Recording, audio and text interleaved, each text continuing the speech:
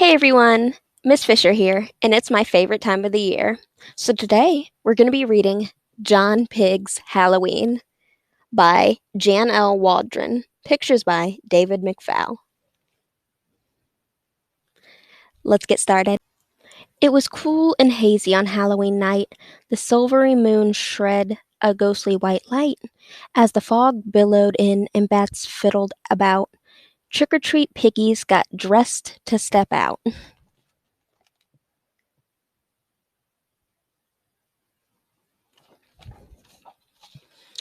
Two of the pigs made a long flowing cape with safety pins, thread, and some shiny black tape.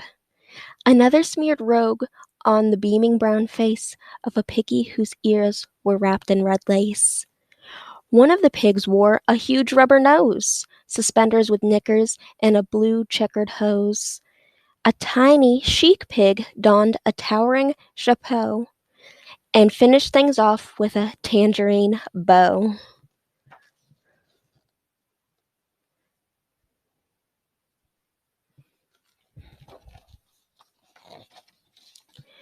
In masks and warm jackets and long floppy shoes, the boisterous piggies perfected their booze. But one silent piggy, whose first name was John, just sat in the shadows with no costume on.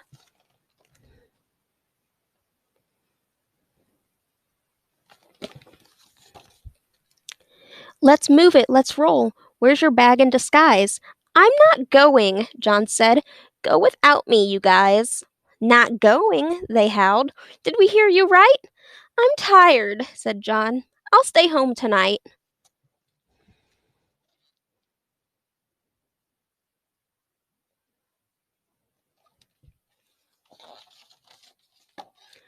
So the guys or gussied up piggies all bid John adieu as they rushed to the doorway and crowded on through. But John wasn't tired. He was nervous and scared. He would have dressed up and gone out if he dared.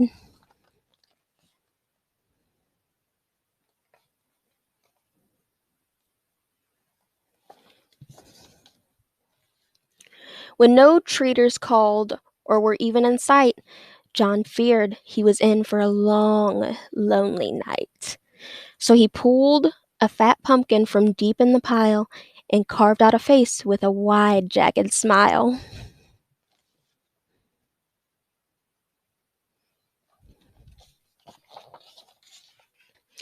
Then he thought he heard grumbling outside and saw wavering spirits float up through the floor.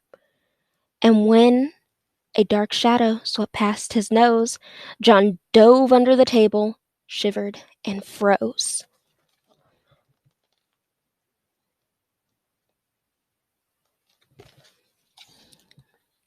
Kaboom! Came a bang and a loud, piercing yelp. Had somebody crashed? Who needed his help? He heard a long moan. Then the door seemed to creak. Who was outside? Did he dare to peek?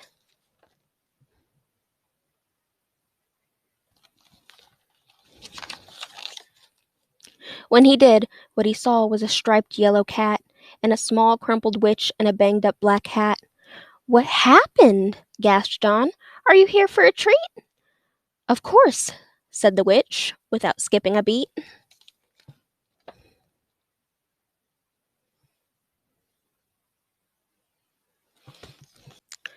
But these steps are too dark. Where's your Halloween light? Just a minute, said John. This will brighten the night. That's better, she said. Now the others can see. So where are the goodies for Kitty and me?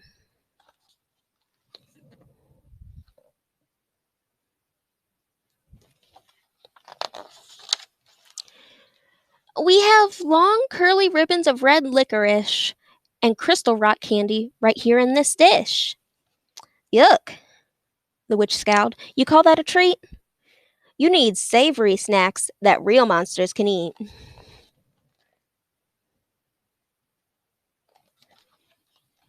As she zoomed round the room with her broomstick and cat, she spied leftover pumpkin and said, Don't waste that. We can make molasses and spice pumpkin pie, salt the seeds, and toast them till crispy and dry. So put on an apron, go wash your hands, then get some bowls and a dozen round pans. You got any apples? Any cinnamon sticks?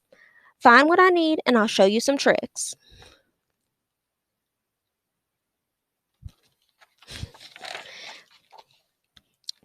John and the witch began sifting and stirring. She cracked the eggs as the blender was whirring. He scooped out pumpkin and mashed it all up. She mixed heaps of sugar and cream in a cup. He rolled out the dough for the tarts and pies, while the witch made witch cookies with raisins for eyes.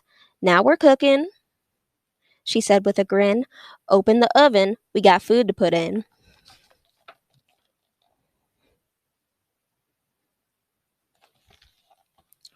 Soon, more trick-or-treaters began to stop by. They'd seen the lit pumpkin and smelled the warm pie. They're my pals, the witch whispered in John's little ear. They're loud, they're messy, but nothing to fear. Trick or treat, howled the callers. Bring on the fun.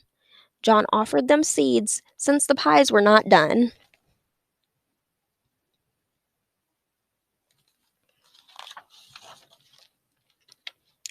When the Halloween goodies were ready to eat, the noisy crowd drooled and tripped over their feet. A man in a cape from his ears to his toes smeared cream on his chin and some more on his nose. A wild, woolly werewolf who howled at the moon slurped pie from a bowl with a big wooden spoon.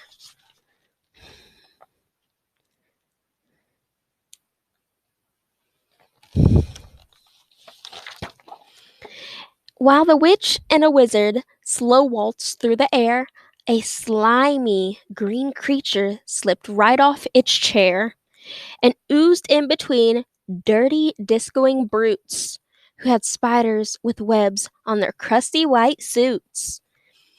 As this ghostly group danced and chowed down on his food, a beaming John Pig was caught up in the mood.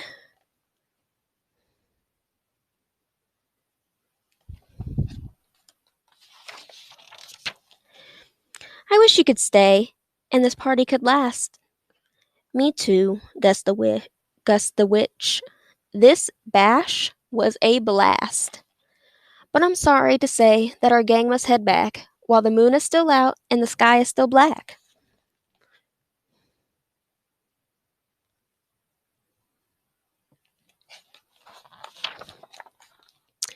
There's always next year, next Halloween. We'll come back for a visit and check out the scene. John's housemates returned with stuffed bags and cold toes, with popsicle noses and lopsided bows. Poor John, they all sighed. He has really missed out. He skipped Halloween and been lonely, no doubt.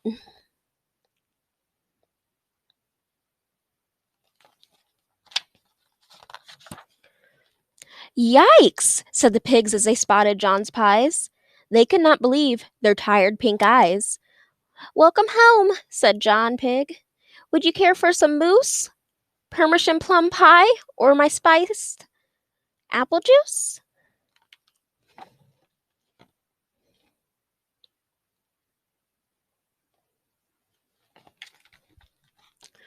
Our house is so cozy. The aroma's so pleasing. We're so tuckered out from our trick or treating teasing. John offered his housemates fat muffins with cream, orange striped sundaes, and pumpkin supreme. Look at this kitchen. There's so much to eat. Yum, cooed the pigs as they drowned one last treat.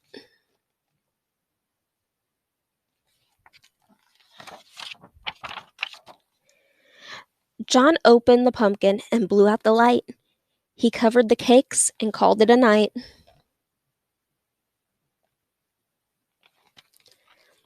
He climbed up the stairs and crawled into bed, with visions of goblins and ghosts in his head.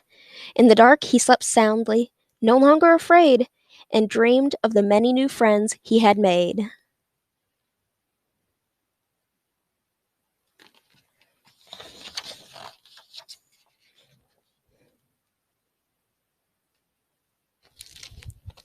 The end.